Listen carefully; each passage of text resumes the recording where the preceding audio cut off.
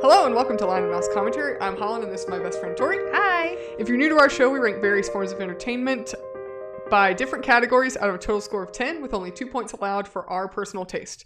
Don't worry, we break down everything as we go. Feel free to agree, disagree, or just find something new to enjoy. Just be sure to tread lightly, there will be hot takes and spoilers. And cut to the intro.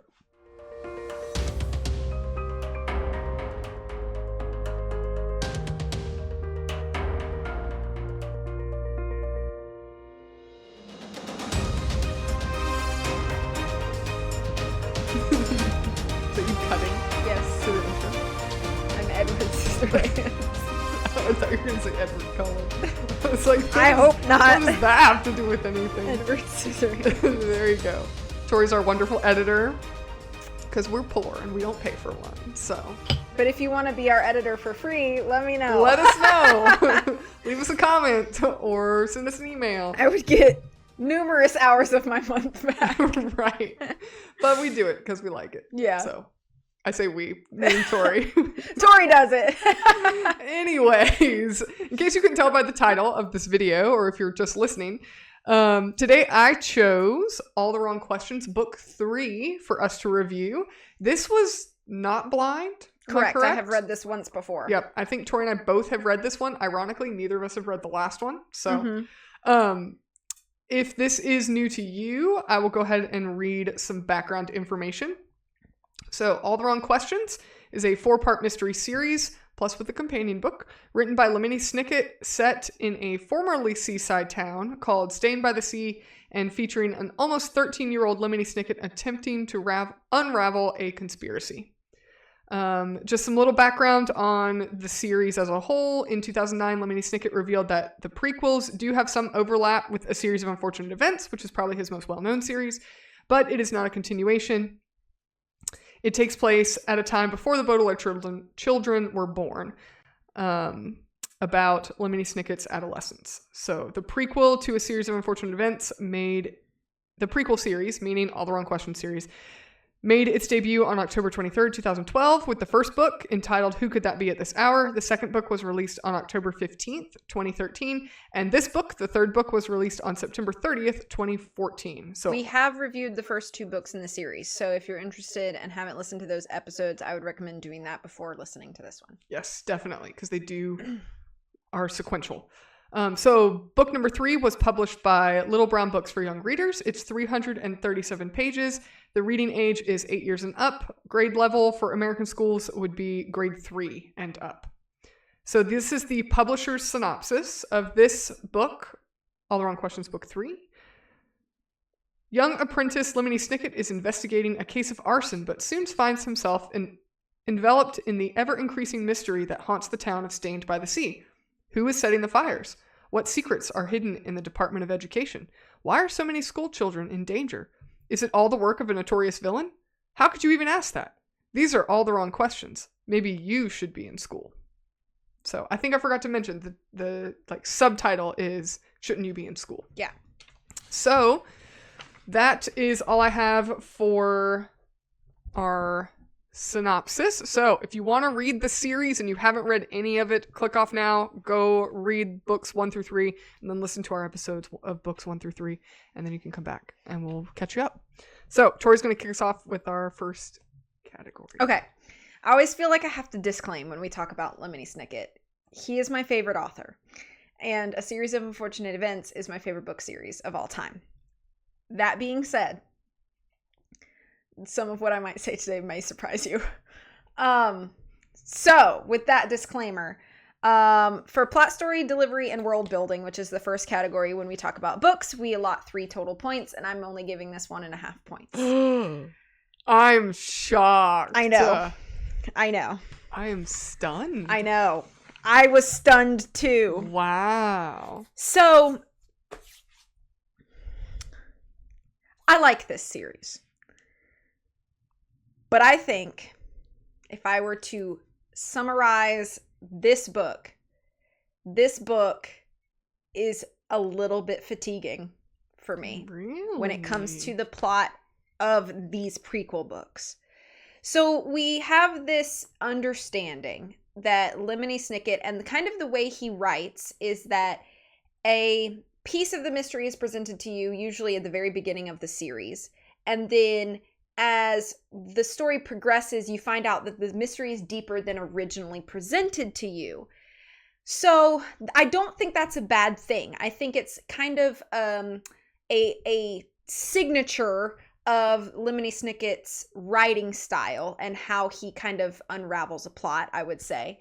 However, there comes a point where if you're going to be giving us more questions, if more questions are going to arise, I need some of the questions given to us earlier to have an answer by this point.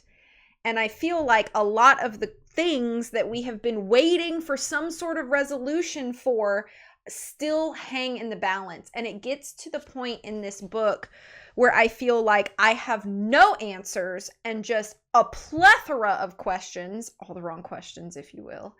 But it gets a little bit frustrating for me as a reader because I feel like I am putting all of this time and investment into this story and these characters and this world, and I have very little payoff for it at this point.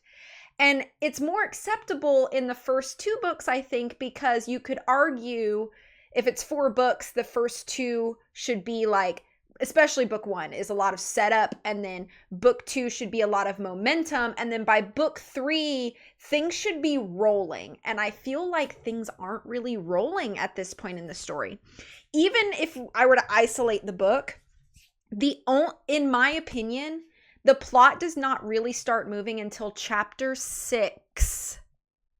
That's how I felt in the first 2 books. And I didn't feel that way in the first 2 books, but I'm feeling that now. And I don't know if it's just because I accepted it more in the first 2 books, but I'm not accepting it as much in book 3. Things should be moving at a quicker clip. I think the pacing of this book should be going a little faster. There should be a higher, I guess, drive. And I think there is, but this falls more into character notes. There is more character drive for a lot of the plot.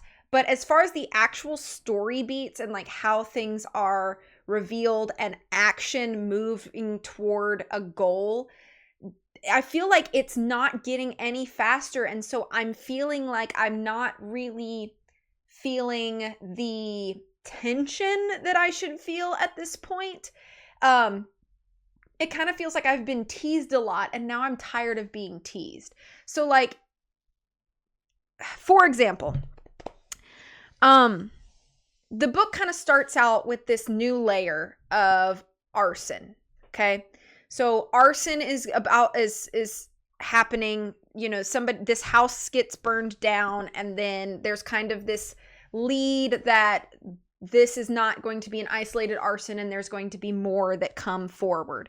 So I'm like, okay, all right. So we kind of have a setup, and then so little happens until the next like bad thing or whatever. And there's like 4.5, 5 chapters filled of just Lemony Snicket kind of like stressing out on his own and with his friends. And like discussing how they feel stuck and like there is no answer, or there is no lead, there is no movement. And while I think that is an important story point to have, it goes on for what feels like a very long time. And you could argue like there's a little bit of revelation, or like with the introduction of the new characters, like the Haynes, the Sharon Haynes and Keller Haynes, and they do come in and they give you like a little bit of like what's going on with them kind of thing, but it's not significant, and there's not enough motion until the truancy officers show up in chapter 6 to take all the children away to school because you need to be in school and the school has burned down, or whatever that is. And so by the time I get to and there are only 13 chapters in this book, so we are like halfway point, and I feel like this is the first like significantly interesting bad event that's happened in this book, And everything before that is just the character stressing about everything that happens in books 1 and 2. But there's no like action to resolve or like movement, or I don't really know how else to explain it. There's just, I feel like nothing's happening for the first 5 chapters of the book, and it feels fatiguing. Another thing that feels really fatiguing is the secrecy of this book. And again, as a Lemony Snicket fan, I know I'm walking into this book with like a level of mystery and secrecy that is purposefully not given to the reader all at once. But at this point, I'm frustrated because I feel like I'm just drowning in a room of secrets, and I feel like I'm kind of being made fun of as a reader.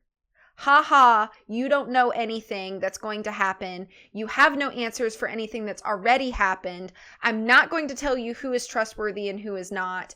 And I'm not going to tell you this, even though I'm going to hope that you're invested enough to care about this happening, but I'm not going to give you any reason to like really be concerned because nothing's actually happening.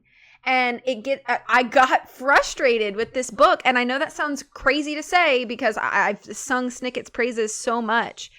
But it's really, I'm really conflicted on how, because I want to love it because I have a bias for his writings. But if I'm being objective, this might be one of the worst paced books of his I've ever read. Maybe the worst paced book of his I've ever read. Wow. I know I'm being really harsh. The arson thing, I couldn't decide if it felt fitting for the story or if it kind of felt like a series of unfortunate events fan service. Kind of like, and I know that the 2 books do tie together, so like, but I was trying to figure out how I felt about it. Do I think it's fine? Yeah, okay, it's fine. But do I think it's almost too heavy of a nod into the whole VFD thing? Maybe. But I have to give it a little bit of a pass because the whole VFD concept is kind of introduced more clearly for the first time in this series. They really don't mention it before this book. So if it is a tie-in, which it obviously is to the main series of Snicket books, then I'll accept it. But I did think it was a little bit, it wasn't very subtle. And I guess I'm used to a little bit more subtlety in regards to the tie-ins. For instance, like when a character shows up, which I'll talk about a little bit later, a character shows up that's a character that we know from the main series if you've read those books, and you're like, okay, I can see how that's a tie-in, and it's a tie-in that makes sense. So I couldn't tell if like the whole the arson heavy thing felt like too heavy-handed of a tie-in or not. I'm still not really sure how I feel about it, but I'm going to accept it for now. I am also a little bit conflicted. Maybe I'll just talk about it, but I'm a little bit conflicted on how central Ellington is to this plot. Because at a certain point in this book, it feels like, because the book is delivered from Lemony's point of view, which is fine. You know, every book, a lot of books are written in first person view, and that's cool. I'm not against it. But at some point, what happens is that it suddenly feels like this is not a story about Stained by the Sea and Hangfire anymore. It's a story about Ellington and how Lemony just really wants to help Ellington. And that Ellington becomes like the priority and everything else kind of like fades into the background. And I don't know how I feel about that. I like Ellington as a character. I think she's very interesting and crucial to like the story building. And she gives a different dynamic to like the characters, which I'll talk about. But I'm really conflicted about how much the plot seems to be Ellington focused and not like big picture focused. And I'm conflicted because I don't know, maybe at this point it was because I was frustrated with the book that some of the Ellington based scenes and chapters kind of annoyed me. And so I don't really know how to like gauge it properly, because I'm pretty sure part of it is probably colored by the fact that I was like really fatigued by this point, and I'm like, I just really want to move on and like have something significant happen to them where they glean some like information about what's going on and then can put that to use, because Lemony and his friends are proven to be smart, clever, resourceful children, and I would like to see them applying the knowledge that they get, but they have no knowledge delivered to them for so long. And so I was in this like circular, like, I like them, but I don't like how they have nothing to do and nothing to apply. And I know it sounds like I'm being like really, really harsh, but I mean, I do think there are good things about it. I like the mystery overall, and I like the mystery in regards to like the whole series at this point if I zoom out. But in my opinion so far, I think that the delivery of this story is the weakest that it's been at this point in the series. So even though it sounded really, really negative, I didn't like take away all points, because I do think that like it has a good ability to follow, and there's a lot of cohesion, and I like the tie-ins to the main series, but I really couldn't give it more than 1.5 points. And I'm curious about your notes, your thoughts on those things. Maybe you could chime in, because I feel frustrated and lost as a Snicket fan reading this book, which is a foreign experience for me, and I don't like it, but I don't have much else to say, so I'm just gonna stop there and settle on my 1.5 points out of 3. Well, I feel like we read 2 totally different books. Oh, because I gave this category 2.5 points out of 3. So I was not frustrated at all with this book or with the pacing. I felt like the first 2 books have finally culminated into something interesting.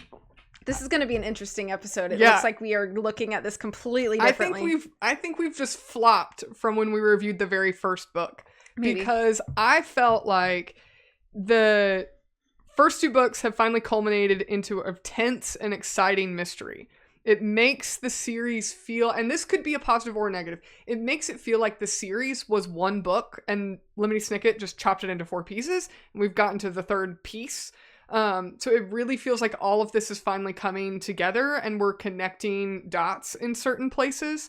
Chapters 1 through 3, I wrote, have several like clue building from book 2. So we've connected kind of these tables that Lemony Snicket found with like child-sized chains. Like we found out that, there's the school children. There's a plan for that.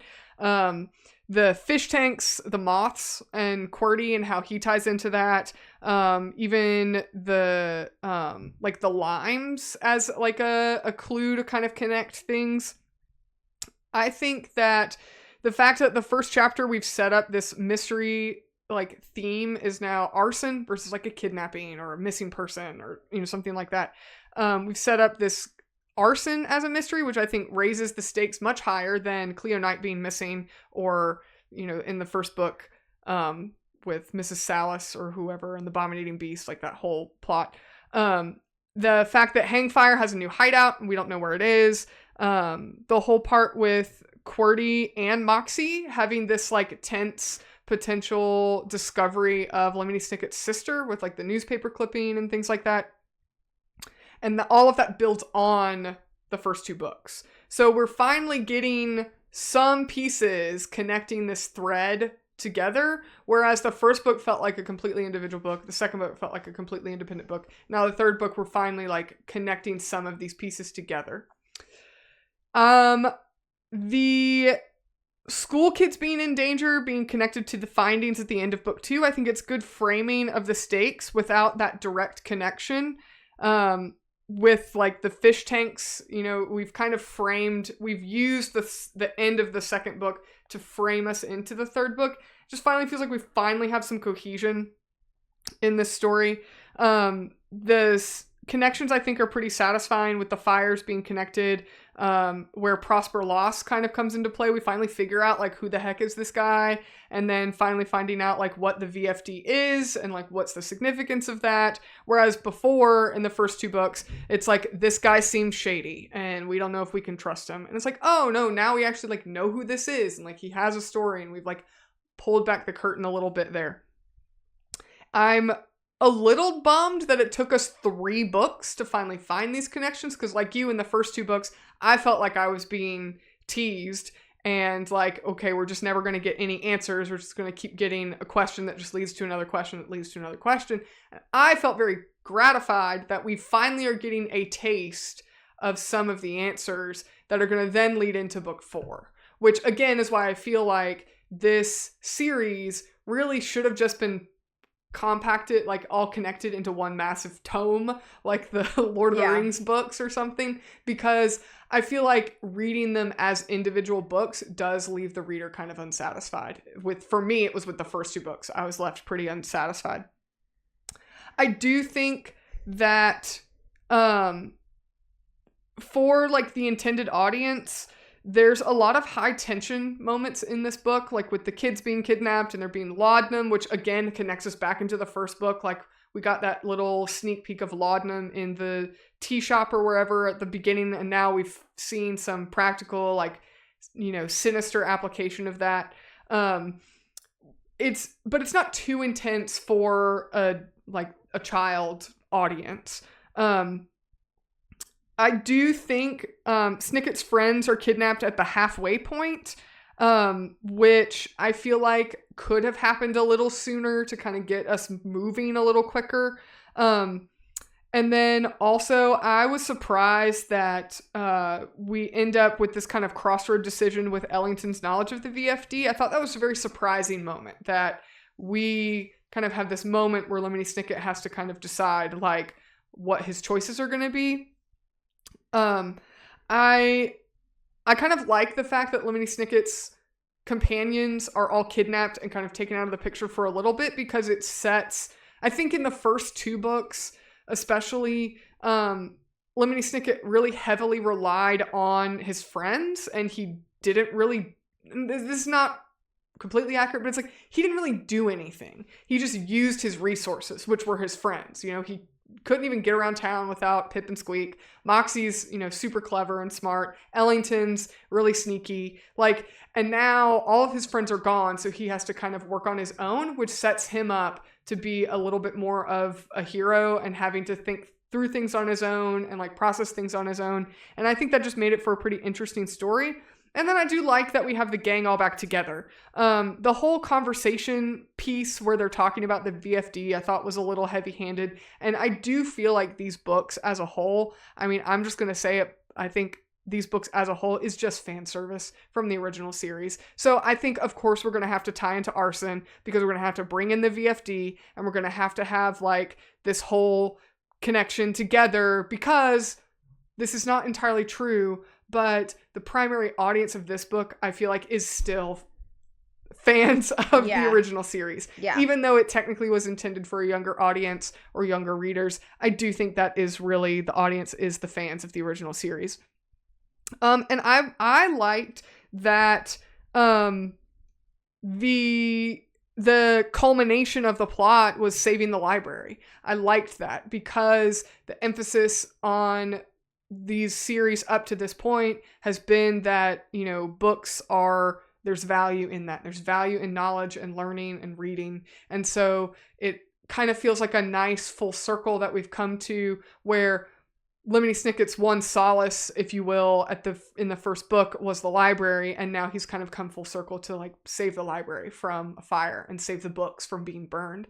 And it feels I thought it felt kind of satisfying that, like, okay, we were having the Abominating Beast as like this MacGuffin we're trying to find, and now we've kind of changed the plot a little bit, where maybe the Abominating Beast is still important. We don't really know why, but at least the plot of this book was about saving the library. It wasn't about like, well, this MacGuffin is still missing, like, well, we better find it. I liked that we set it up at the beginning, and we know that kind of arson is the big danger. And then at the end, we got to see the library being saved at the end. So it felt more like a satisfying ending. Although I guess you could say, well, Cleo Knight was found in the last book. Yeah, but we still were left with a lot of questions. Yeah. And I think, yes, we still are left with a lot of unanswered questions. But because this book finally, for me, I felt like tied into these first 2 books, I feel like the payoff of book 4 is going to finally be something worth the first 3 books. It's so interesting how we take the same plot and we have such a different perspective because of our experience of the first 2 books. Yeah. I think that's maybe the biggest difference is that like I'm a big fan of the first 2 books and this one feels like it lulls, and for you it's different. You feel like you've been slogging through and now you're like finally making progress. Yeah. It's weird how Yeah. I guess that's why we do the show. Right. So, my one big question I had with the plot, and this could fall into characters as well, but my biggest complaint with the plot is when Lemony Snicket gets captured and he realizes he's captured by Hangfire. He's like face to face with like the worst villain, like the baddest of bad, the worst dude ever. And then Hangfire just lets him go. Like, no question. You mean like in the alley? Yeah. When Stu like hits him, Yeah. and then he's laying there in the alley, and Yeah. Hangfire's just like He's there. he like walks into the alley, and he's just like, and then Snicket leaves. Yeah. Is that the part I you're think talking so, about? yeah. And it's like, if Hangfire is so evil, why does he just let Lemony Snicket go? You're telling me he has no idea that Lemony Snicket and his friends are trying to undo his dastardly deeds? He met him in Yeah. the last book. And now all of a sudden he's like, this guy's incapacitated. He's trying to take me down. Bye.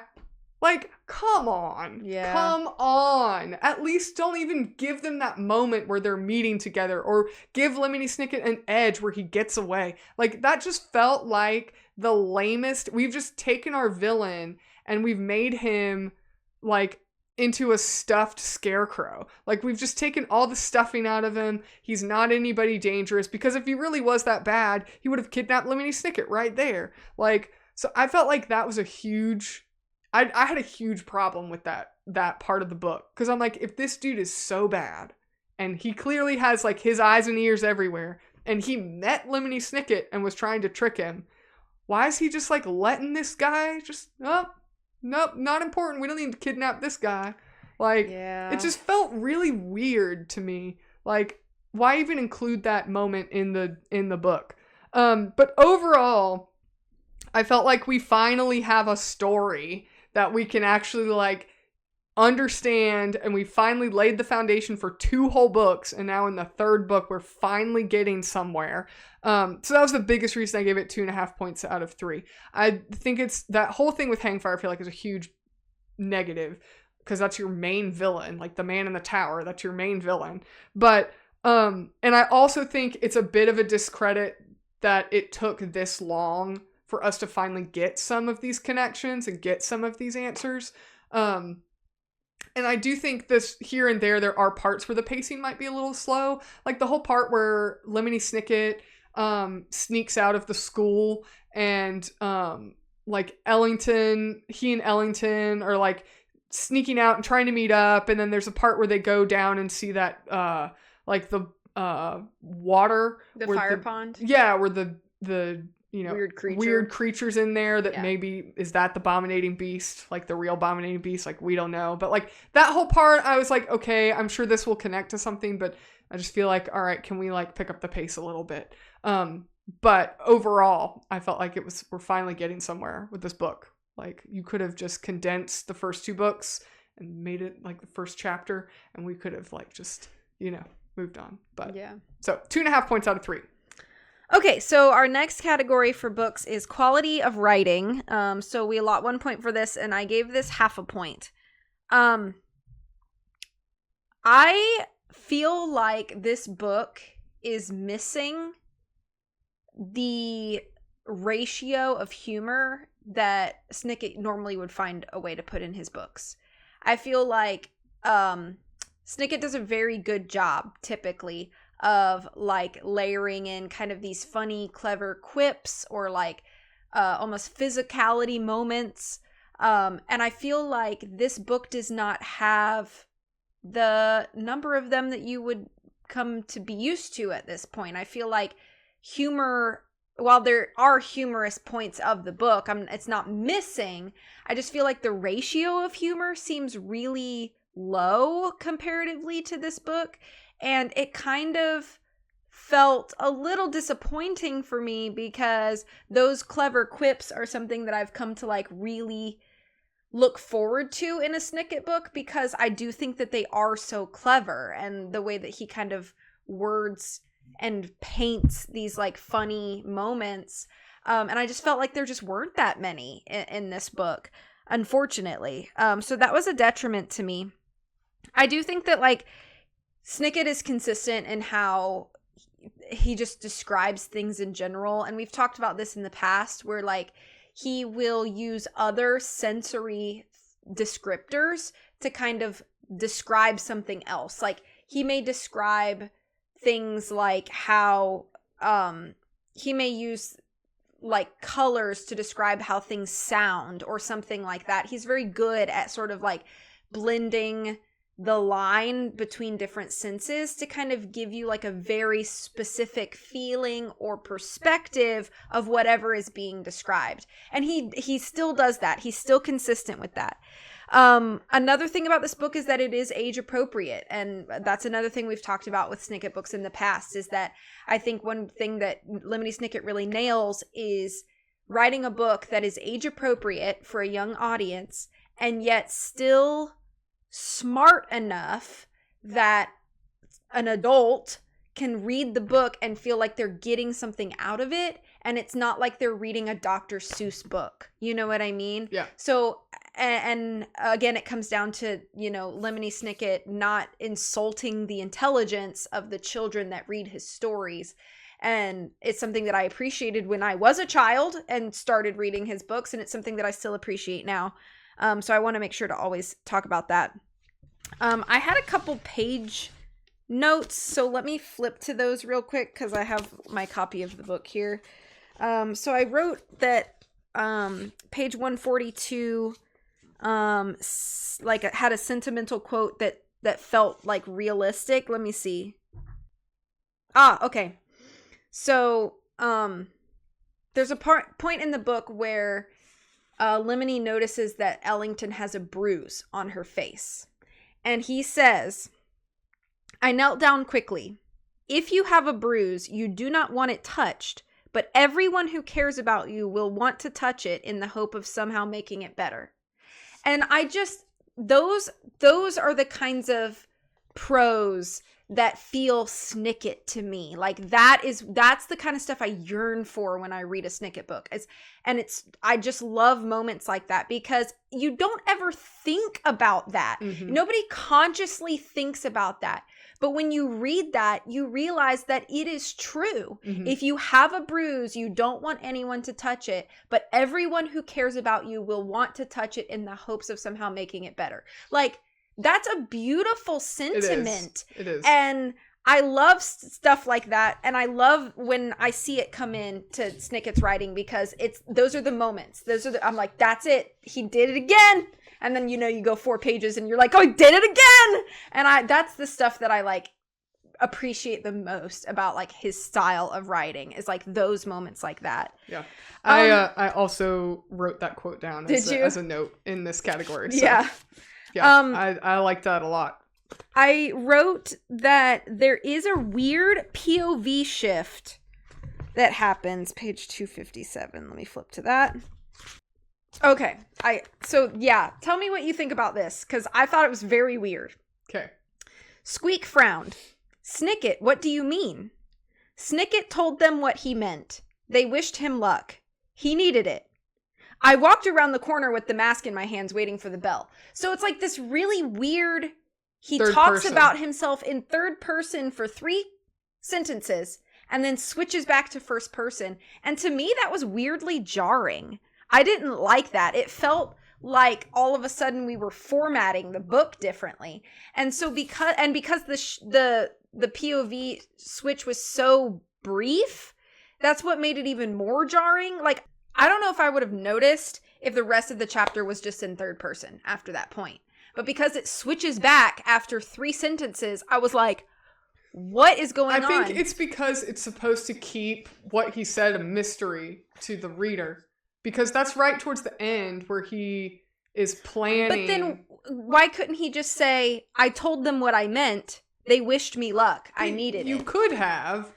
I mean, but I think he's trying to build suspense. Maybe. And so if in suspense, you've been, like an over-the-shoulder camera with Lemony Snicket all this time, and now all of a sudden you've shifted to like a third-person, wide-angle shot, it gives you this kind of like sense of tension.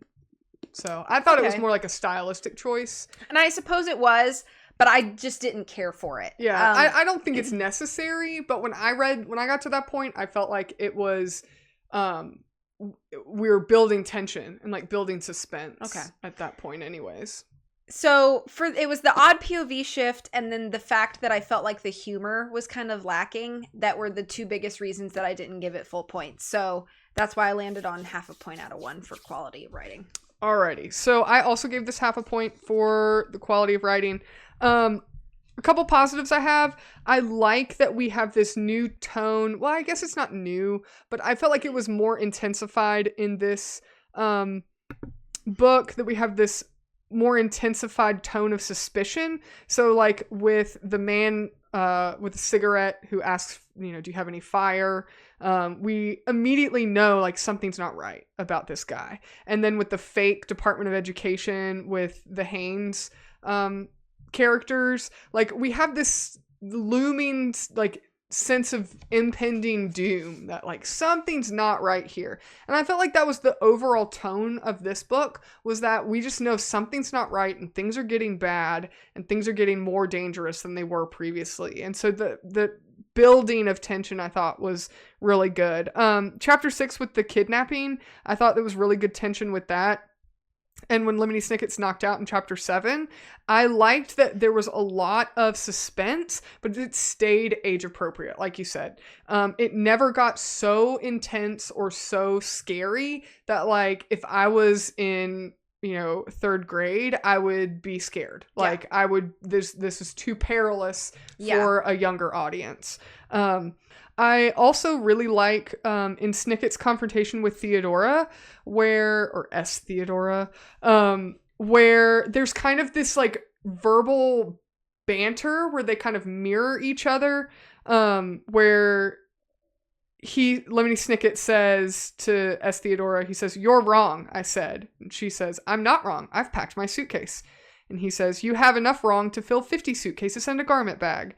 And then later, so this like wrong back and forth. And then on the next page, Lemony Snicket says, "What did they do to you?" I said. "I think you can see for yourself," she said. "They struck you. They struck a deal," she corrected. And so just this like verbal back and forth between the two of them, it's very cleverly written and it feels very, very cohesive back and forth. It gets almost this rhythm or energy between the two that keeps it interesting.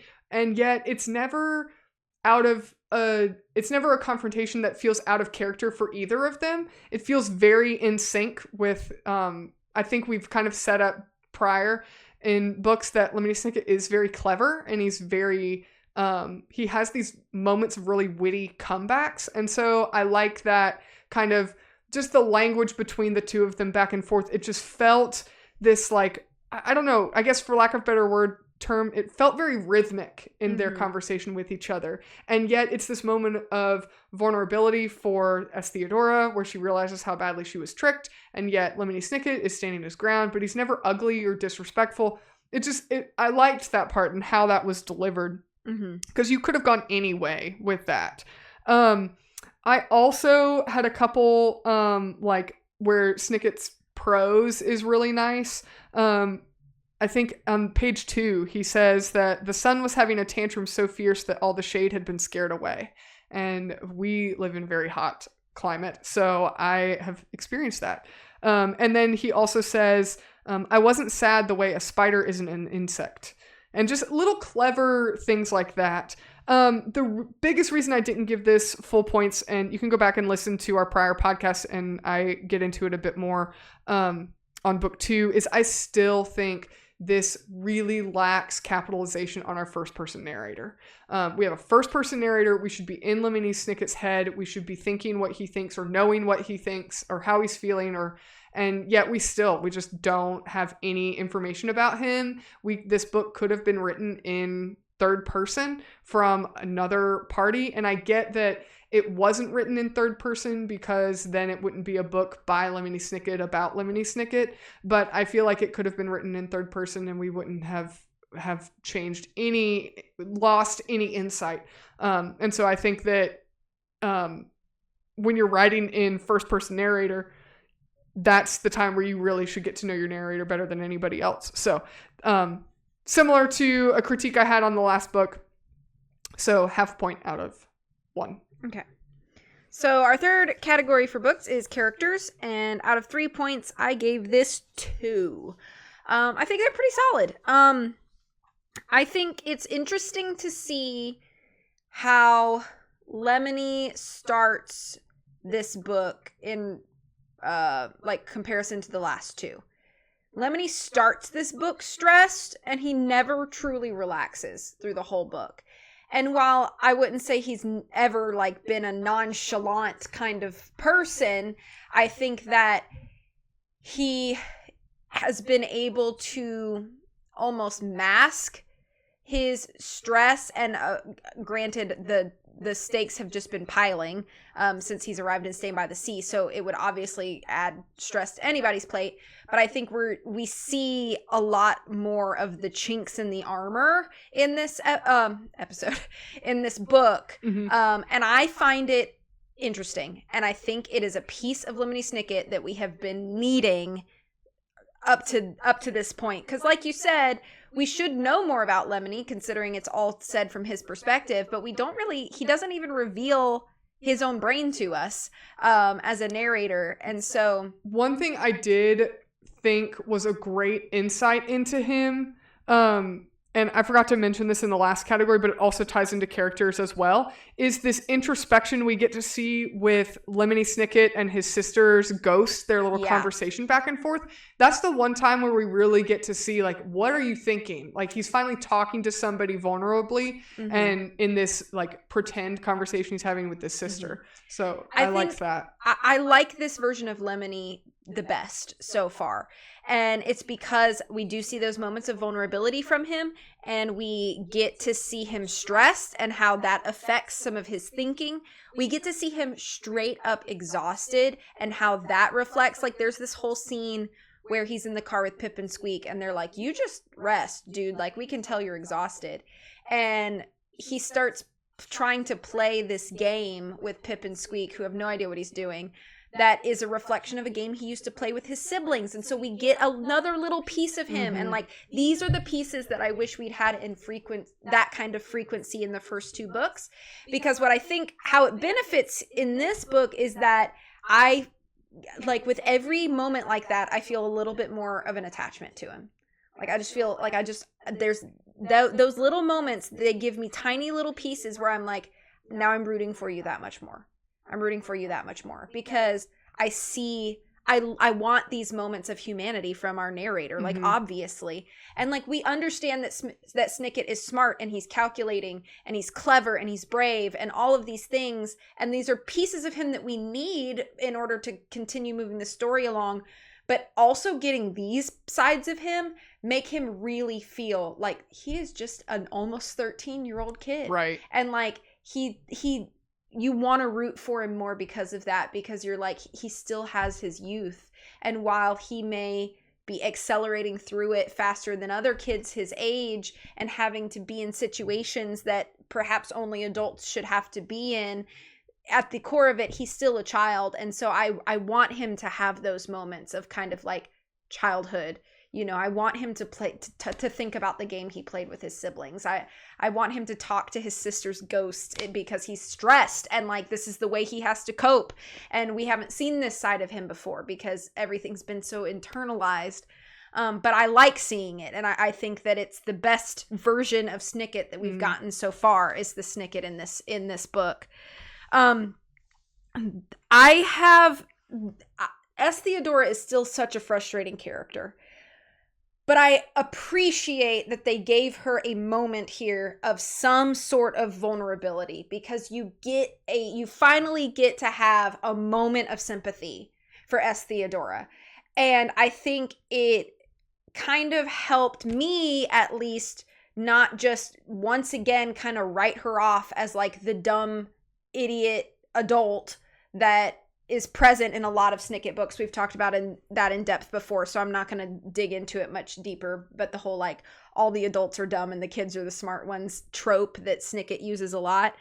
But we have this moment, we finally get this moment with Theodora where she basically admits, like, why did you pick me as your chaperone? I am ranked last among all of them. I don't understand why you do that. It's obvious that you don't really care for me anyway. And these are the moments that we should have had from these characters earlier, because now, but I am at least thankful that in this book, book 3, we are finally getting to see these characters as people and not just plot devices. Kind of like what you mentioned earlier about how it felt like in previous books, Snicket didn't do anything. He just used his resources, which were his friends.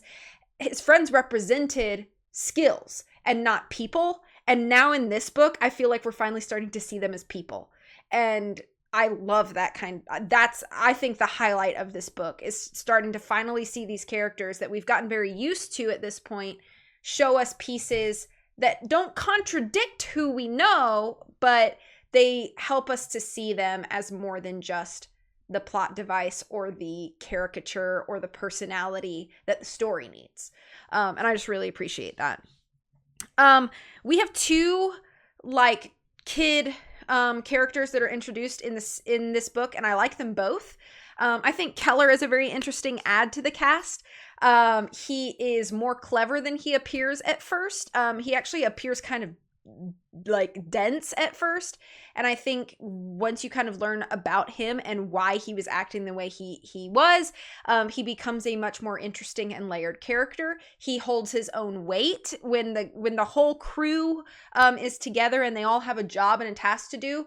Keller holds his own weight, and he's not a weak link in the group despite being kind of new. And the same can be said for Ornette Lost, who is a new character that's also introduced, and she's shown to be Prosper Lost's daughter, and she lives with her uncles, who are the only firefighters in town, and that's an interesting kind of facet to the dynamic, I guess, of the town and how she plays in as well. And she holds her own in the crew, and she may not have a ton of shining moments, but I think that, you know, she also has value in her role and her personality. She's very unashamed and unembarrassed to do the embarrassing thing. Like, she volunteers to distract Stu Mitchum so that they can move the books or whatever out of the library. And because nobody wants that job, nobody wants to deal with Stu more than they have to. And so she's like, I'll do it. And she does the most embarrassing thing, but with grace, she just kind of takes it upon herself, and this has got to be done, and I'm going to get it done. She comes into play later too, being helpful by delivering information to her uncles who would potentially ruin the plan that Snicket and the crew come up with. So both Keller and Ornette, I think, are good additions to the crew. They really don't make the crew feel too full either, which I think is a risk, especially when you have kind of like a main child cast as large as we now have. There's always that risk where somebody's either going to fall by the wayside and kind of feel like they're an unnecessary character, or things are just going to feel too cluttery. And I don't think either of those things happened. And I do think that the friend crew feels very natural and naturally affectionate toward each other in the way that, like, one thing I don't like, you sometimes see this in media, is that you have this friend crew and they've gone through it, but then they come through whatever the terrible thing is, and they're on the other side, and it almost feels like now their friend bond is strictly because they trauma bonded, and it doesn't feel as like naturally it's not like they have any organic relationship with one another. But I don't feel that way about the crew here. Like, yes, they've gone through it. They have seen all sorts of crap that they shouldn't have to see at their age. But they still have shared interests, a common goal. Exactly. And they look out for each other outside of just the mystery. You know, they look out for each, like, they come into Hungry's and Jake just fixes them dinner because they're hungry and you need to eat. And it's not because Jake is looking to get anything from them or whatever. Or it's like he's doing it because Cleo's there and he's just... And they and the rest of the kids truly appreciate it. They spend time telling Jake how wonderful his food is and like, you know, the way you did this was so good. And so it genuinely feels like these kids truly care about each other and are interested in each other's interests, or even just hearing about it, you know, and understanding that like this person's wheelhouse is very valuable to me because I don't know anything about that. And so they can help me in that way. And it just feels like, and maybe this is like... It's a little bit like a found family trope, but it feels very natural and it does, like something kids would be doing. And I don't know if it's because for the most part, these kid characters are like preteens and young teens. And I know that Cleo and Jake are supposed to be around 17, 18, 19. So they're like the oldest in the group, but they're all young. They're all young people. And I don't know if this is maybe part of it. Maybe I'm reading too much into it, but it almost feels like in some friend groups, and I see this more as I become an adult, you often find like some level of like ego or competition in friend groups, even if it's not intentional. It rises up, and there is absolutely no like even like small tendency of any of these friends. There is no ego, there is no competition. There are a few times where like Moxie like rolls her eyes or maybe disapproves of something that Lemony does or says, but it's not really competition. Really, it's not competition, and she only does that when it's about Ellington, who's not part of this group. Correct. And so that actually is a great segue into, I like Ellington as a character because she's very interesting, but it is so noticeable how the whole dynamic changes of the friend group when she is present, because the only person that really trusts her, and even then doesn't fully trust her, is Lemony. Because everybody else is cordial with her. They're not nasty or mean to her. They respect her. They are cordial with her. They include her in conversations when she's present. It's not like she's being excluded, but you can tell that nobody has the investment of trust in Ellington, because she has not really given anybody a good enough reason to trust her at this point. And even Lemony admits that like he wishes he could trust her more. You know, it's a kind of like a facet, a little bit of a plot point, you know, one of the Ellington centric plot points that I talked about earlier that kind of started to annoy me. But overall, I think it's really, it's good character writing when a personality can enter and it changes how everybody acts just slightly. And I think it's just really good character writing, not just of the character who changes the dynamic, but everybody whose personality is slightly changed because of it. And it's natural, it's realistic, because if you're in any sort of group setting, you know, it's not disingenuine to have like slightly different versions of yourself depending on what context you're in or who you're around. That's a natural thing. I'm going to act differently talking to you on this podcast than I'm going to on like a job interview or something like that. Like there is a different dynamic, and it doesn't make either one a false version of me. It just means that I change the way that I am acting, thinking, or focusing on because of whatever external factors are around me. And so when Ellington becomes the external factor, Moxie doesn't stop being Moxie, but she's a lot more cautious with what she says. She's not so quick to speak as she is when it's just her and Lemony. And I just find stuff like that to be really interesting and really good character writing, because it does feel like those are real things that people do. The only other note that I really have is that there are two like character tie-ins to the main series, and I'm okay with both of them, but they really do just kind of come down to fan service. The first one is Josephine arriving at the end, and it's the same thing that's happened with the last two books. We've had Montgomery and Wittershins, right? Arrive, and so Josephine's book number 3. She's the character that shows up, and I'm okay with it. Like, it's fine. No, it wasn't Montgomery. It was the guy with the hot air balloon. Hector. It was Hector. Hector and Wittershins, right? I think Montgomery was mentioned. Maybe he's mentioned, yeah. So there are some tie-ins. I'm okay with it, but I did think it was kind of weird that she's just like shooting the breeze at the diner table with everybody, like she's been part of this. And it's like, you may know Lemony, and by extension, they will welcome you because of that. But it just, that part felt a little weird. I thought it did too. So I was like, okay. And then I forgot this because I've only ever read this one time, and it was years and years ago. I forgot that S. Theodora reveals that the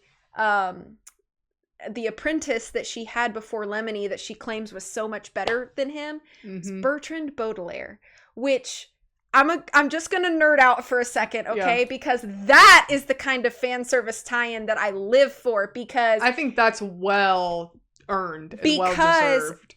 It's fascinating to me. It's what a great parallel, because in the original series, I'm going to be spoiling a lot, so click off if you don't want spoilers for a series of unfortunate events. Skip ahead about a minute and a half, 2 minutes. Yeah. Is that a huge thing about a series of unfortunate events is that Lemony Snicket reveals that he was in love with Beatrice Baudelaire, who married Bertrand. And so he has always had a level of comparing himself to Bertrand. And it's natural, it's whatever, the one that got away, like, she chose Bertrand and he lived with that. Like, he didn't try to persuade her. But it's funny that he's being compared even in his youth to Bertrand Baudelaire. Like, no wonder he always, like, as an adult was like, I'll never be as good as him, because it started here with S. Theodora Markson. And that's the kind of tie-in that I live for, because it explains so much about Lemony's character even into adulthood. Is like, this kid has always been one step ahead of me, at least in other people's perspectives. I'm sure it's not like actually true, because they're different people and they have different paths in life. But to be compared like that for like your whole life and always feel like you're one step behind this guy is probably so frustrating. So I really enjoyed that tie-in. That was something I really enjoyed. But I didn't give it full points, because S. Theodora, as much as I really enjoyed her moment, she's just generally terrible, as is Sharon Haynes, as are the Mitchums. I hate them all. So they're just consistently kind of like, just like, I don't know, cookie cutter versions of themselves, caricatures. And, to mention what we've mentioned in episodes past, like, the whole, like, all adults in this world are dumb and the kids are the only smart ones. It gets a little bit too much after a while. You're like, okay, I get it. So for those reasons, I had two out of 3 points for characters. Alrighty. I also gave this 2 out of 3 points. So I have some like individual notes and then kind of some overall notes. But to kind of piggyback off of what you said earlier, kind of like my overarching note with the characters in this book specifically is it feels like we finally have the kinds of characters we know and love and expect from Snicket's work. Like you said, we finally have these characters that are people that have abilities instead of just plot devices. Or we need a taxi driver. Oh, there one they right are, there.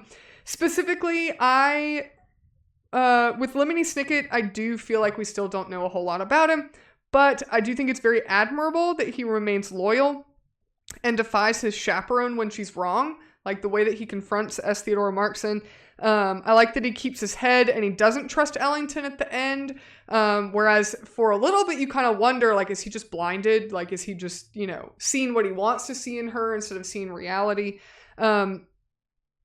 But overall, I feel like it's still a big negative that as your protagonist, we still don't learn hardly anything about him. The most introspective moment we see with him, where we get to see kind of like what his thoughts are and how he's like thinking through things and what his like feeling and thoughts about his whole circumstance. We don't ever know that except when he has this imaginary conversation with his ghost of a sister who's not really there. But other than that, we never see any real level of vulnerability with him to really know who this guy is. And I think that's, again, still kind of an issue with our first person narrator, but as our main character as well.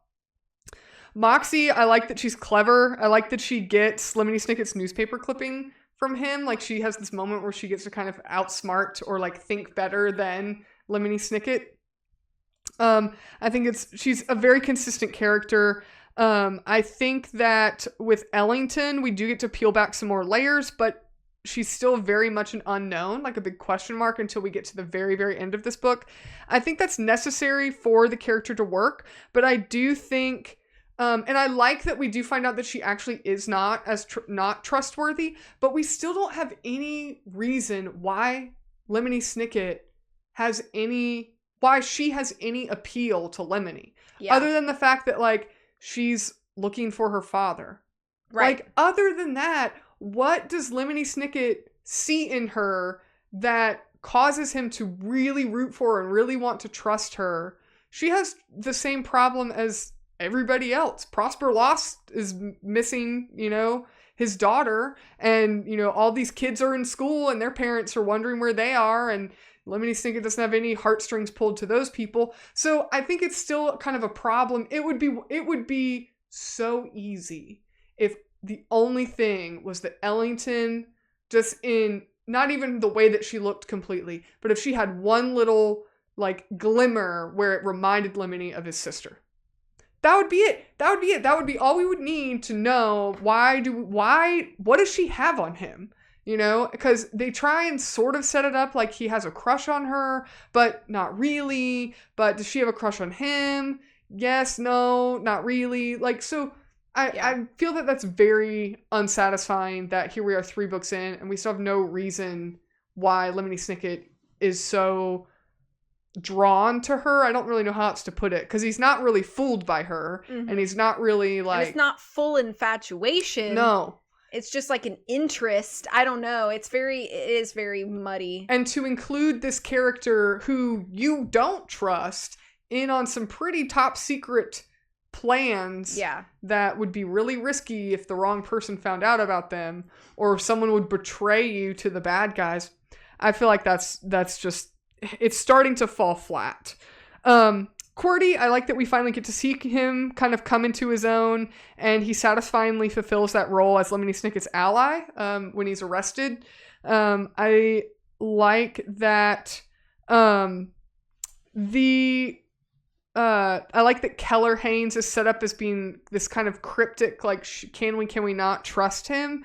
But then when we get the gang all together in the school, quote unquote school. I like that we have this kind of, the gang's all here, like everybody's coming together. They all have their individual skill sets. We've got everybody's all together. It does feel a bit tropey. It is satisfying, I'll give it that. But it does feel a bit kind of like Avengery, like we're all assembling together and we're going to fight against the forces of Hangfire. Like, okay, like, great. But I do like those organic moments, like you mentioned, where they do feel like they're coming together as a genuine friend group. But my biggest problem, I didn't give this full points, was because we still don't really get any growth in these characters. We get to watch them do cool things. We get to watch them get along with each other, but we don't really watch any change in any of them.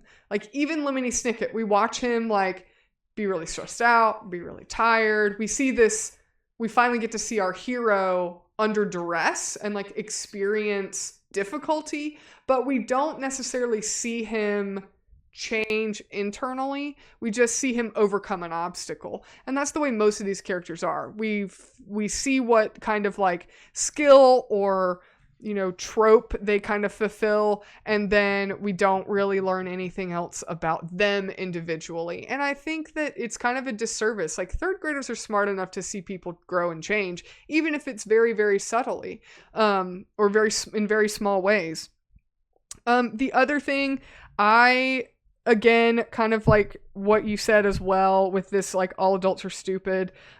Sharon Haynes, her friendship with S. Theodora, I like that we kind of have this back and forth moment a little bit, that we don't know if her relationship with Theodora is suspicious, or is she just that stupid or lonely. Like, both of them. Are they both, like, is Sharon just that big of an idiot, or is something nefarious going on? And I kind of like that we don't know. Like, we suspect her because we suspect all the adults in this book at this point, and except QWERTY.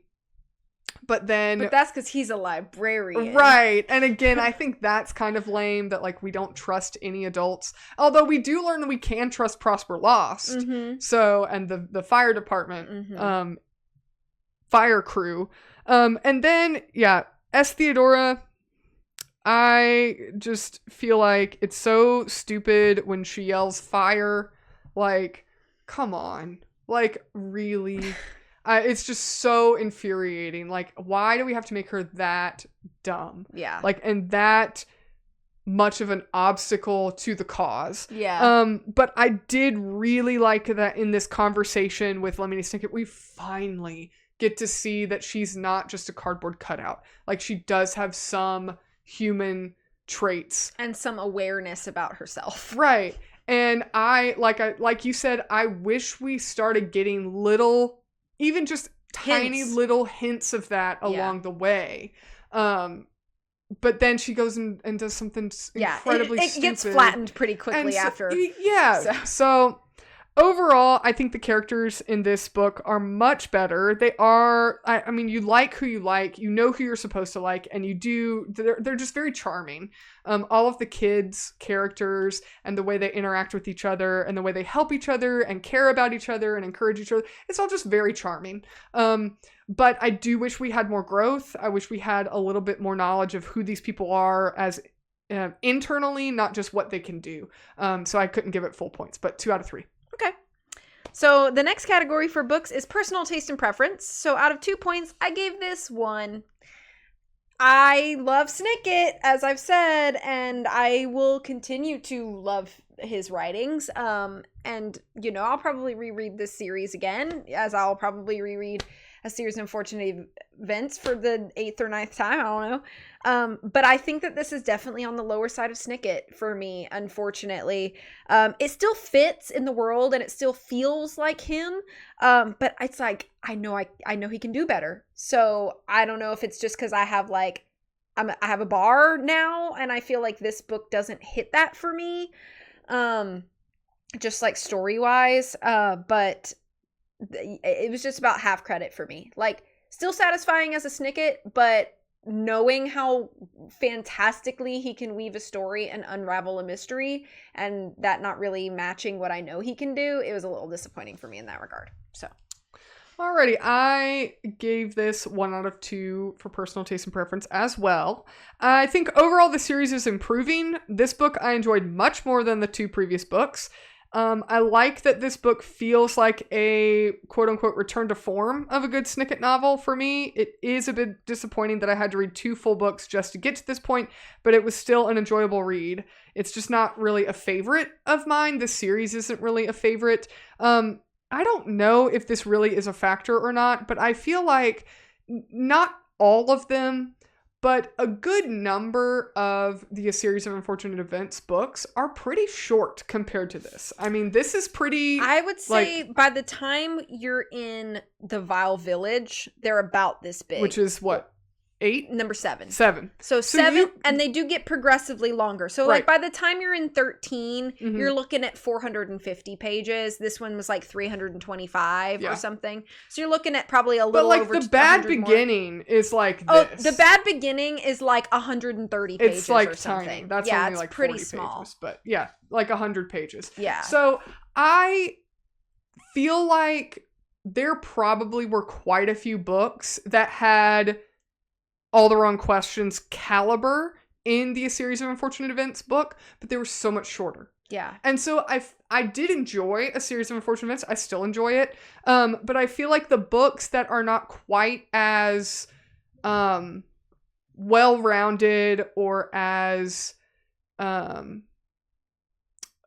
attention-retaining as maybe some of the later books in the series aren't this long. And so I think that's why this series just isn't quite it for me, because the first 2 books are this thick and you have to read 2 of those before you get to here and really start to see some payoff. So for that reason, I couldn't give it really more than a 1 point out of 2, because I don't think at the end of the day, the time that I have to invest to get the payoff is way more than the investment I can get in The Bad Beginning, which is like 100 pages, and I get the same amount of payoff, I feel. Yeah. And then by the time, you're kind of ready for this story to kind of wrap up a little bit and we'll move on to the next one, you're only 100, 200 pages in instead of 2 to 3 books in. Sure. So that's why I gave it 1 out of 2. Okay. And our final category for books is creativity. So out of 1 point, I gave this 0 points. Wow. So that's big for you. It is big for me. Do you remember your previous scores? I don't. I'd have to look them up. Oh, okay. But I'm sorry, but I think this one is stale for me. And that's crazy to me. It's formulaic, which I don't necessarily think is a bad thing, but I also don't think it's a creative thing. It kind of goes on to like what I was saying about personal taste and preference, is that I know what Snicket's capable of, and I feel like this is not the most creative. There are creative moments, but I think they don't shine as brightly as some moments in other books do. And while I'm not diminishing any of the good things that I've talked about with the quality of writing and characters, I just think when I compare this book to the rest of Snicket's writings that I'm familiar with, it's just not, there's nothing that like inherently shines about this specific section of this specific arc of story. And so I hate to be that person, but I just feel like if somebody were like, wanting to like be like, what's the best book that Lemony Snicket's ever written? In my personal opinion, the highlight is The Austere Academy. In you just say that because you like Carmelita Spatz. And but like either that or like The Penultimate Peril, I think is another really, really good book. I feel like that's like peak Snicket writing. And so when I compare that, I'm just left unsatisfied. And I just feel like while it's not like anything was necessarily like wrong about how it's done, I just think that when you set it aside, like set it beside everything else, it just kind of is there. It's more of a shadowy and not like a shining light in his bibliography, I guess.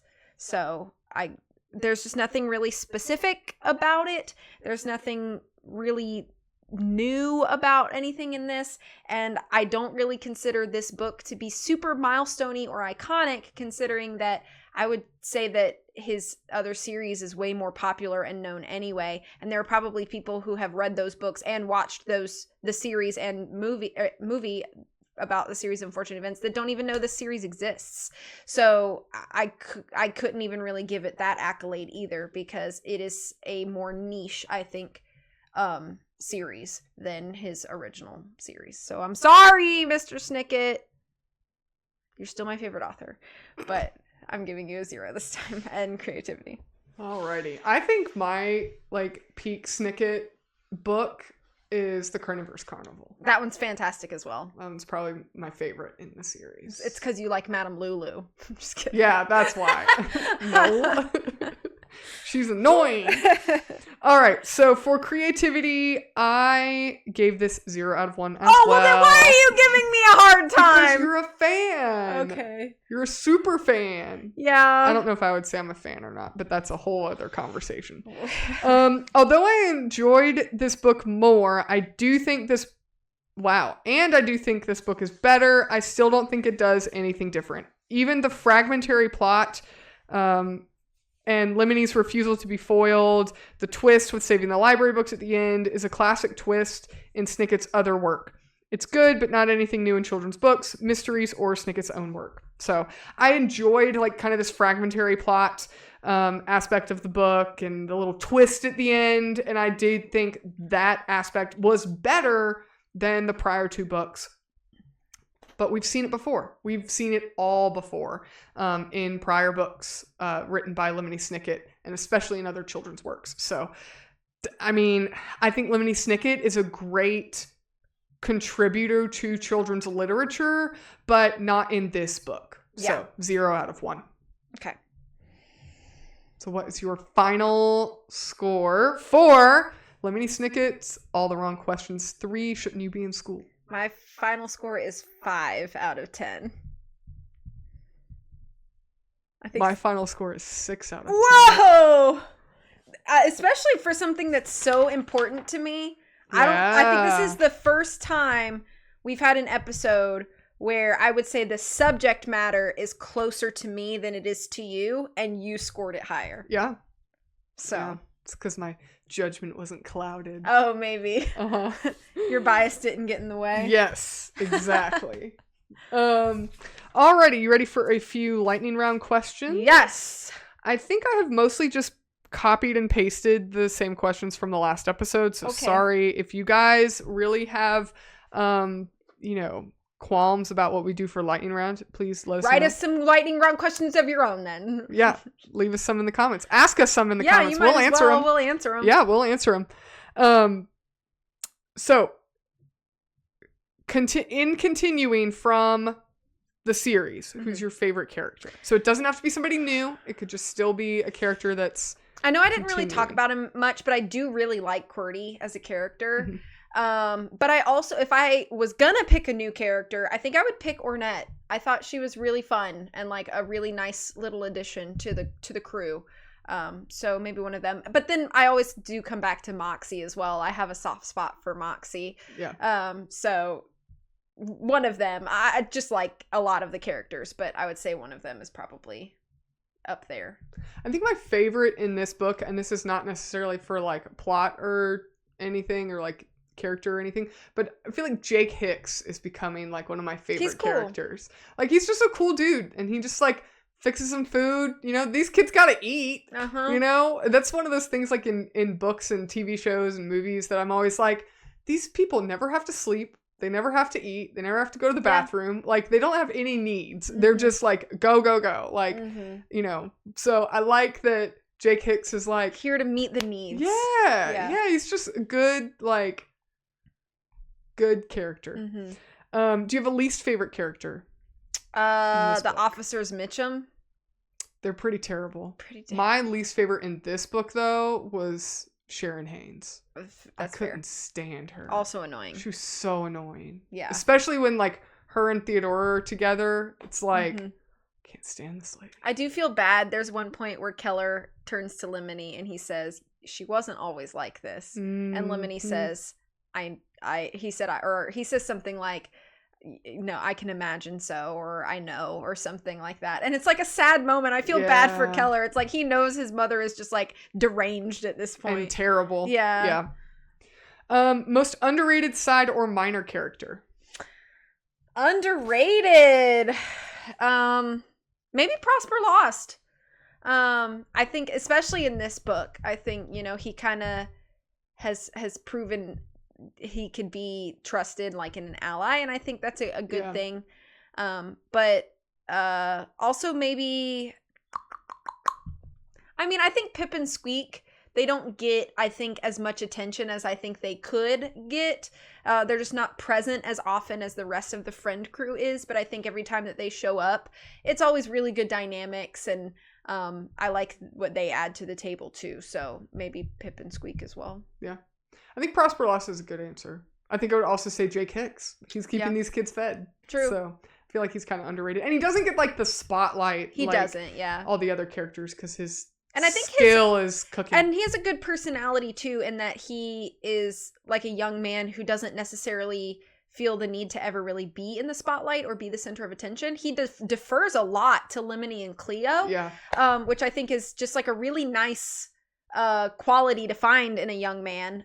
So I think it's a nice dynamic in that way. Yeah, he's like just totally cool deferring, like whatever you guys need. Very likely the oldest. Yeah, the oldest of the crew. Mm-hmm. Yeah. Do you have a favorite or least favorite story moment? And or, so you can do both or none or one or the other. I really liked the moment where Lemony kind of meets up with Keller and Ornette outside of the back of the grocery store, and they kind of enact the next part of the plan or whatever, and like Lemony kind of like writes notes down for Ornette's uncles, and she slips them away, and then he kind of talks with Keller, and Keller's like, I'll keep mom distracted, and that whole moment, and then there's a confrontation with Stu, and I don't really care about that part, but I think it's just like a really nice, almost like choreographed moment, and it just kind of, I liked every moment where it felt like all pieces were moving at once, and we got to see how the movement like affected each other and how smooth it was all kind of enacted. And these are young people, and so just the competence, and they're not necessarily confident in the situation, but they're confident enough in their own abilities to be like, this is my part and I'm going to see it through. And so just seeing that, I think, especially with these two new characters that we haven't gotten as much time with, to be able to step up just the way that we know that like Moxie and Cleo and Jake and Pip and Squeak have had opportunities to do, is I think a really nice moment. So yeah, I think mine would probably be the confrontation between Lemony and S. Theodore Markson. I just think it's a really vulnerable moment for the both of them, actually, and I really like that Lemony Snicket uses his cleverness in that situation instead of just like exploding in a fit of rage, or running away and not having that moment of confrontation. And I think that it's very easy for writers to have your your big explosion moment because it's very dramatic, but I like that Lemony Snicket and S. Theodora, their back and forth is just very it's almost very intellectual instead of this like, I can't believe you and I'm leaving, and all, this big like emotional moment. It's very like subdued and intellectual, and yet it's also a moment where the writer trusts his audience to understand this vulnerability that's happening, and this we finally kind of see a little bit behind the curtain of what Theodora is like and what her insecurities are and things like that. So I think that it's just very well written and it's very surprising. So I enjoyed that. Yeah, agree. Do you have a favorite piece of dialogue or, quote from this book? Piece of dialogue, piece of prose, just in the writing style, things like that. Either as a narrator or I mean, I know I mentioned it before, but I really do like the whole bruise analogy. It's a really good one. And I just think it's so smart, and like though it's not really like a mushy sentiment, but there is a level of like tenderness in a moment like that, and so I just thought it was really nice, and it was just placed so nicely in the story. Yeah, so. I think that was mine too. And I also like that it's given, it's like delivered, and then it's not lingered upon. We just move on, so it almost makes it more poignant because we're not making a bigger deal out of it than we should. We're just acknowledging it for a moment and then moving on, and I think that's the nice thing about it. And it's like Snicket as a writer and narrator in that moment, he doesn't like stroke his own ego. or over explain himself afterwards. Right. He just leaves it as this like hanging, just in, he lets it hang and sit and rest and then carries on. And I think it has the most impact that way. I agree. Yeah. All right. If you could cast some of our new characters, any thoughts on any actors you would cast? Oh, I wasn't prepared for this question. I'm sorry. It's okay. And you can, here, how about we'll make it a little easier. Okay. You can pick anyone in any time frame of their career. Okay. So like if you think of like somebody who's no longer young, but when they were young could have looked like. Right. So like if you picked, I don't know, like baby Taylor Lautner or something, you could like pick him as a character. You know what I mean? Like even though he's clearly too old to play any of these parts. I'm kind of thinking for Ornette, I could almost see like a young, like when she started Stranger Things, like Sadie Sink. Oh, that's interesting you said that, because I was gonna say for her like a young Millie Bobby Brown. Oh, okay. I thought Sadie Sink. Yeah. So, you know, I guess that's more of how I pictured Ornette in my head, was to look more like that. So, maybe her. I kind of want to cast Sharon Haynes. Okay, I do not know the actress's name, and you're gonna have to forgive me, but the lady in Fried Green Tomatoes that's like in the current day. Kathy Bates? Yes, Kathy Bates as that would Sharon be really Haynes. Good. Yeah. Yeah. That's a good one. I think that would be fun. Yeah. Kathy Bates. That would be really funny. Yeah. I could see that. Yeah. I would. Okay, well, you cast those two. So there's Keller that's left. Mm-hmm. So I would say for Keller, I was actually thinking for Keller, I think it would be interesting to do the kid that plays Lucas in Stranger Things, Caleb. Oh, okay. I don't know. Caleb McLaughlin? Yeah, something like that. Something like that. Yeah. Yeah, that would be interesting. As Keller. Another thing that I thought of for Keller, perhaps, this is just my own brain, is like a young Macaulay Culkin, like Home Alone era. I could see that. I could see that. But I think Caleb McLaughlin would be interesting too. Is he a redhead in the book? I don't know. Or do they not specify? I think they just say his hairstyle and a spike. Yeah. But other than that, I don't think they describe his coloring. Yeah. Yeah. Cool. Yeah, that was a fun one. I wasn't prepared, so it took me a while. That's okay. No, I was trying to think of like Hangfire, who since he like looks different in every one, I would cast the Donald Sutherland as Hangfire. Oh, that would be really good. I mean, it's kind of like typecasting because he was President Snow, but I just feel like his like demeanor, presence and his voice, which just would sound so good as Hangfire. Daniel Craig, yeah. Or Philip Seymour Hoffman. Oh yeah. Somebody like that. Somebody like just like very imposing. Yeah, kind of commanding. Yeah. Just presence wise, yeah, for sure. Yeah. Okay. All the Wrong Questions references several famous literary works. We kind of talked about this in our last episode. Of the following books that are referenced, which of these have you read, is your favorite, or would you like to read? Okay. And I'll give you the list. So, and I'll go ahead and read when they're referenced. So if you are reading through, then you have them as well. So The Red Pony by John Steinbeck was mentioned in chapter 2. Lemony picks up a book at the Department of Education about a boy, Jody, who received a pony who got sick. That's The Red Pony by John Steinbeck. James and the Giant Peach by Roald Dahl. In chapter 3, Lemony references a book about a boy who finds a strange man with a sack of magic crystals. A Separate Piece by John Knowles. In chapter 3, Jake references a book where two school children are friends and then one of them tricks the other into falling from a tree. The Children's Hour, a play by Lillian Hellman. After Jake tells Lemony about A Separate Piece, Lemony recommends this by name. The Wind in the Willows by Kenneth Grahame, referenced by name in chapter 6, then later in the book as a password for the Association of Associates. Old Yeller by Fred Gibson, referenced by name in chapter 6. A Wrinkle in Time by Madeleine Yeah, that. Yeah. In chapter 7, Lemony tips this book to Pip and Squeak, describing its famous opening before going into detail on the plot. Peter Rabbit by Beatrix Potter. In chapter 7, Lemony thinks about this story and its main character. What I Believe by E.M. Forrester. Lemony paraphrases this book in chapter 8.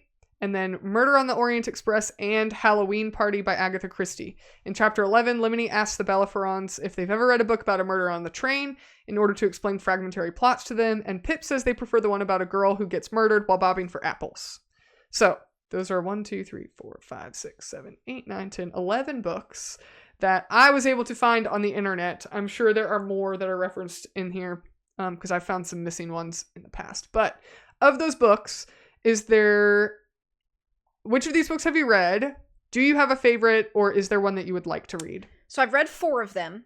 I've read James and the Giant Peach. I've read The Wind in the Willows, A Wrinkle in Time, and Peter Rabbit. Of those 4, I would say my favorite is probably James and the Giant Peach. The one I would like to read is Murder on the Orient Express, because I feel like as a mystery fan, there's no reason that I should not have read that by now, and I have not. So, probably Murder on the Orient Express would be the one I'd want to read the most. Nice. I've read James and the Giant Peach, The Wind in the Willows, Old Yeller. I don't think I read A Wrinkle in Time. I think I read the sequel, which is like A Door in the Wind. Okay. I think was the sequel. And I've read Peter Rabbit. Of these, I feel like I should read A Wrinkle in Time because I feel like it's I have classic. a copy, I think, if you want to borrow Yeah, it. maybe I should. But also, I don't know. I mean, I've never read an Agatha Christie book, and I feel like Murder on the Orient Express, yes, is like a classic, but Halloween Party sounds so interesting, and I've never heard of it. Yeah, I hadn't either. Never heard of that book. So I would probably pick that one of one that I would like to read. Okay. All right. Any final thoughts? Nope. I'm sorry. As a Snicket fan. Don't apologize. If you don't like it, leave us in the comments below. Fight me on the internet. Fight us on the internet. All right. Well, thank you guys so much for joining us on this episode. We hope you had a good time. We know we sure did. If you have an idea of what we should review next, you can leave us a comment or use our suggestion box on lionandmousepodcast.com. At our website, you can also find links to our show notes, Patreon, socials, all that fun stuff. If you could, please review this episode wherever you listen to your podcast. Give us a 5-star review and write a little blurb that you love us. It just helps us reach as many people as we can. If you're watching this on YouTube, please like, comment, subscribe, do all the YouTube things that YouTube likes you to do. It helps us reach as many people as we can. We always appreciate the support. Thank you guys so much for listening, and we will catch you in the next one.